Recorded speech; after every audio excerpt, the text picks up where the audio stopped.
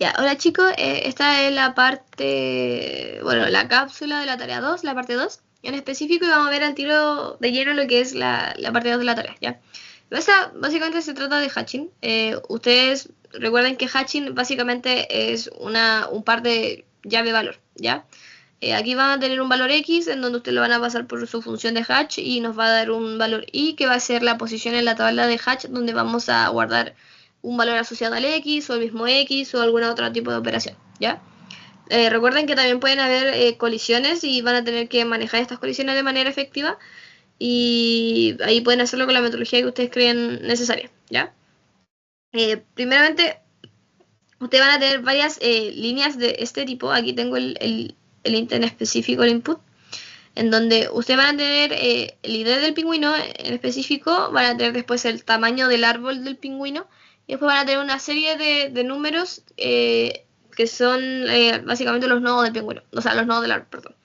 Y eso lo van a tener varias veces hasta que lleguen a un end. ¿Ya? Por eso hay un while dentro del código base para que lean todas las instancias de pingüino que hay que leer.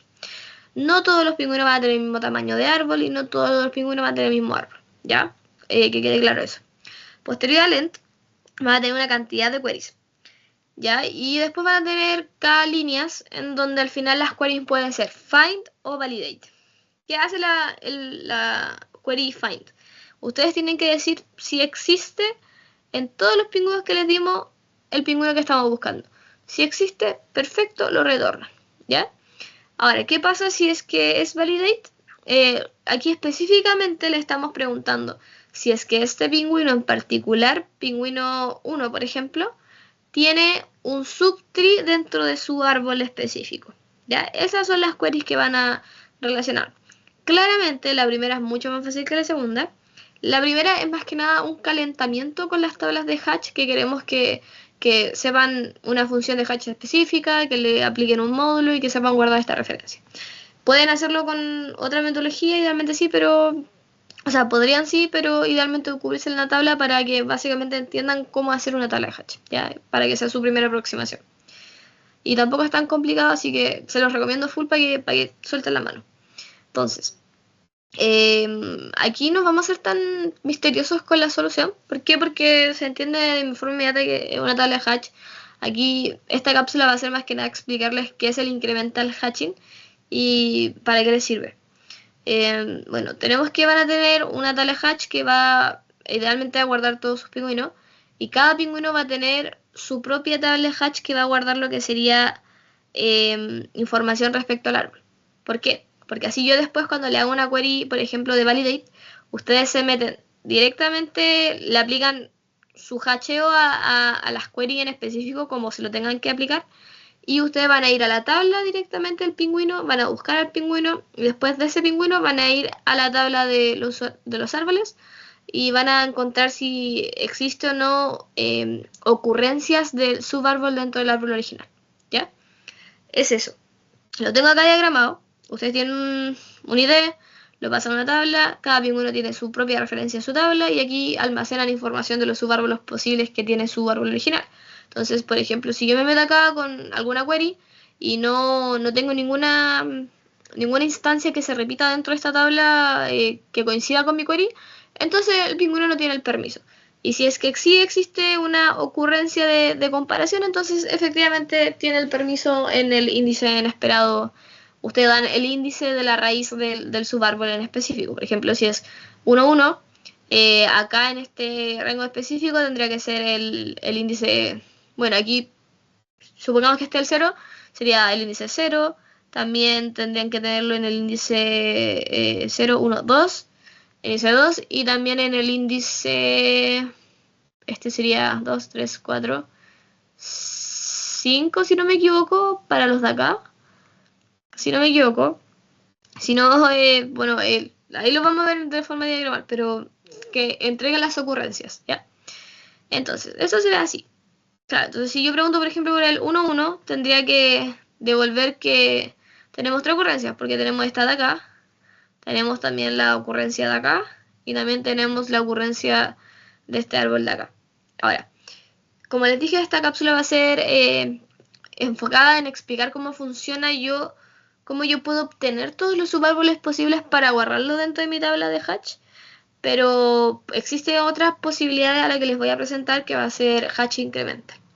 El propósito de presentarle Hatch incremental es porque uno va aprovechando valores previamente calculados en vez de solamente iterar por cada nodo y después sacar cada posible árbol desde ese nodo como raíz, ¿ya? Ese es el objetivo. Entonces aquí les voy a explicar brevemente cómo funciona y eso sería en realidad la parte 2. Si ven, no suena complicada, pero puede que tengan algunos dramas en específico, pero esos son con puro debugueo y ver qué pasa con su memoria, si están pidiendo mal la memoria, si les falta, si deben pedir memoria y se les acaba el stack, por ejemplo. Todas esas cosas tienen que verlas durante el desarrollo de su tarea, ¿ya? Entonces, ¿cómo yo hago incremental hatching? ¿Qué es?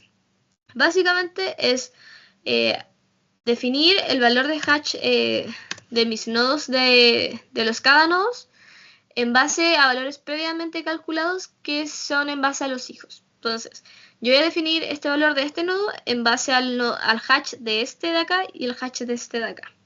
Y lo mismo hasta llegar a las hojas, en donde las hojas al final se decide en base al valor que tiene, por ejemplo, o alguna otra función que ustedes quieran ponerle, o un valor definido, no sé, por ejemplo, 7 o 5, o ahí depende de ustedes.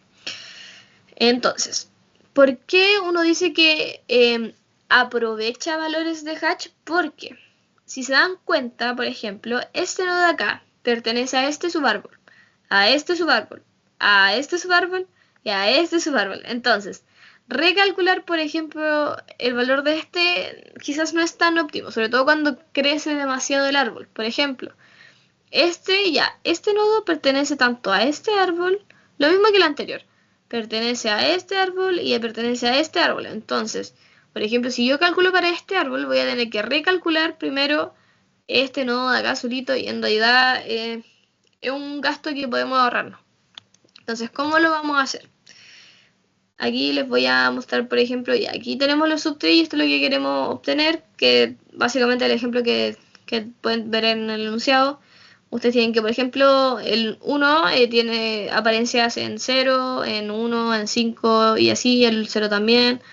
Por ejemplo, acá el 1, 1, que como fue que les dije, está en el 0, en el 2 y en el 5, y así. Entonces, ¿cómo va a funcionar el incremental hatching? Nosotros, y aquí va a tener esto un poquito para el lado del spoiler, vamos a partir por la cabeza, ¿ya? Y como lo vamos a hacer en base a los hijos, ok, primero vamos al de acá, ok, tiene hijos, vamos al de acá, tiene hijos, llegamos a la hoja, bien. Aquí yo lo voy a definir en base al valor nomás, pero ustedes pueden hacerlo en base a lo que ustedes quieran. Por ejemplo, este es 1. Good. Ahora nos falta su hermano para poder hacer el del padre, ¿eh? Entonces este sería 0. Good. Y entonces el valor de este en específico se va a calcular en base a este y en base a este, ¿cierto? Entonces este valor en específico, ¿qué va a ser? Va a ser 1, 0, 0. Perdón. Puede ser 1, 0, 0 si ustedes quieren poner el valor del hijo izquierdo. Yo le voy a poner 0, 1, 0 para que quede más claro que un subárbol. Ya, entonces yo voy a llegar a este nodo y efectivamente yo ya tengo este subárbol. Tengo este subárbol ya representado. Perfecto, entonces lo mismo para acá. Ceros, este va a ser 0, este va a ser 0. Entonces esta de acá va a ser 0, 0, 0. ¿Me explico? Después, este subárbol de acá grande, acá, va a ser este valor de acá en específico, que lo voy a marcar con otro color, acá. Este valor de hatch y este valor de hatch. Nos vamos a llegar a las hojas nuevamente para calcular. Nos vamos a movernos. Ok, calculamos esto de acá. Vamos a ir acá. Después tenemos que de nuevo pasar por acá y por acá. No, solamente miramos estos valores que están en verdecito. Entonces este valor de hatch de este nodo específico va a ser 1, el valor de hatch de la izquierda que es 0, 1, 0, y este valor en verdecito que va a ser 0, 0, 0. Y perfecto, yo llego hasta un nivel más abajo, no tengo que volver hacia las hojas bajas y bajas y bajas nuevamente, ¿ya? Este es el brillo, yo voy aprovechando los cómputos previamente hechos. Lo mismo va a pasar en este lado, entonces yo voy a partir acá, después voy a tener acá, y aquí voy a tener 1, 1, 1, después acá voy a tener perdón, 0, y acá vamos a tener 1, y en este caso en específico va a ser 1, 0, 1. Y acá yo voy a tomar este de acá que fue previamente calculado, en donde tener 1, 1, 1, y por ejemplo acá 1, 0, 1. Y por último, no voy nuevamente a las hojas, solo veo aquí sus hijos inmediatos. El izquierdo de ese hatch es 1, 0, 1, 0, 0, 0, 0. Y el del derecho va a ser 1, 1, 1, 1, 1, 0, 1. Y listo. Y ese sería el valor de hatch de este. Entonces, ¿cuál es el problema de lo que estamos haciendo? Es que aún nos falta calcular ciertos subárboles, porque claro, calculamos todos los nodos hijas, perdón, estas de acá, esta de acá y su hermana, y este completo. Pero, ¿cuál nos falta? Nos falta, por ejemplo, este de acá al medio. Lo voy a poner con otro color para que se distinga mejor. Pero nos falta este de acá al medio, nos falta este de acá al medio también. También nos falta, por ejemplo, este grande de acá. Y también nos falta, por ejemplo, este solito de acá. ¿Me explico? Entonces, ¿qué vamos a hacer? Exactamente el mismo proceso, pero vamos a llegar a un nivel menos. Es decir, vamos a llegar al nivel 2. Es decir, ahora nuestro caso base de hojas va a ser este nivel de acá completo. Esto ya no las vamos a incluir, ya no las vamos a recalcular nuevamente, no nos interesa. Entonces, metimos acá y vamos a hacer lo que sería aquí. Vamos a partir por la raíz. Vamos a ir al hijo izquierdo, perfecto, 0, derecho, 0. Y el hatch de este nodo entonces va a ser en base a los hijos, que va a ser 1, 0, 0. Y después este de acá va a ser en base a este, 1, 1. Entonces aquí va a ser 1, 1, 1. Y este de acá va a ser en base a este y este. Entonces va a ser 1, 1, 1, 0, 0, 1, 1. Si no me equivoco. Y bueno, y así sucesivamente. O puede ser otra función que ustedes decían. Puede ser, por ejemplo, en base a la potencia del hijo izquierdo, multiplicado 5 veces por el hijo derecho. Ahí ya, como ustedes prefieran darlo, ¿ya? En realidad son valores específicos que le dan a dar. Si dan cuenta, esto no coincide directamente con la representación del árbol en string, porque estamos hablando de un valor de hatch, no estamos hablando del subárbol en específico. Tenemos que este subárbol tiene este valor de hatch, ¿ya? Eso, es bien importante. No es lo mismo que representar el árbol como escrito, ¿ya? Incluso este valor de hatch podría ser, no sé, como 880, 90, puede ser posible, ¿ya? Entonces, todo eso depende de la función de hatch que estén describiendo. Yo en este caso lo hice porque, bueno, acá tengo el torpedo, pero defino la función de hatch de mi nodo en base al valor de ese nodo y le sumo la función de hatch de los nodos anteriores. Pero nuevamente repito, depende mucho de la función de hatch que ustedes estén implementando. Pueden utilizar operaciones muy binarias como por ejemplo un shift left o hacia el otro lado, o por ejemplo pueden usar un sort, o pueden usar potencias, multiplicaciones, divisiones, más módulos, parte entera, lo que ustedes encuentren que sea apropiado, ¿ya? Eso. Entonces, ya, se repitió eso para el segundo, se repitió para el primero y para el cero. ¿Por qué? Porque, por ejemplo, acá nos faltaba, hicimos la recursión, pero nos iba a faltar calcular este valor y también nos faltaría calcular este valor en específico. Entonces, por eso se llegó a en donde al final vamos a calcular esta hoja y después este de acá. Y por último nos falta solo la hoja en donde al final lo cancelamos acá.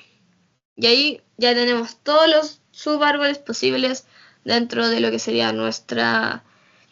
Aquí después hay que almacenarlo en la tabla básicamente, pero ya tenemos todos los árboles posibles. Entonces después a mí me puede llegar la query y yo digo, ok, reviso todo lo que yo ya calculé, no tengo que comparar nuevamente, no tengo que hacer nada. Yo me meto a mi tabla, reviso si existe alguna coincidencia dentro de los subárboles, los comparo en caso de que tenga que comparar sector por sector para estar efectivamente seguro. Veo si ahí dependiendo de cómo ustedes manejen sus colisiones, pero reviso sobre las colisiones. Y si me da una coincidencia, la escribo. Y si no me da la coincidencia, no la escribo. ¿Ya? Ahora, aquí como torpedo, recordarles nomás que la función de hatch en específico, yo voy a tener un for en donde me va a ir cortando la altura final del árbol para hacer las hojas ficticias. Y dentro de ese for yo voy a llamar a mi función de hacheo recursivo. Y aquí yo la tengo descrita muy alto nivel, tienen que agregarle sus variables, su función de hatch en específico. Pero por ejemplo acá la función de hatch es esta de acá que les dije, que las definí en base al valor y al hijo izquierdo y al hijo derecho.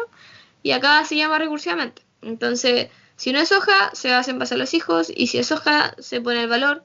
Recuerden que las funciones de hatch tienen un módulo que va a definir el tamaño de la tabla de hatch, y esto básicamente puede ser un número primo, por ejemplo, que siempre se utiliza, o algún otro valor en específico que quieran definirlo.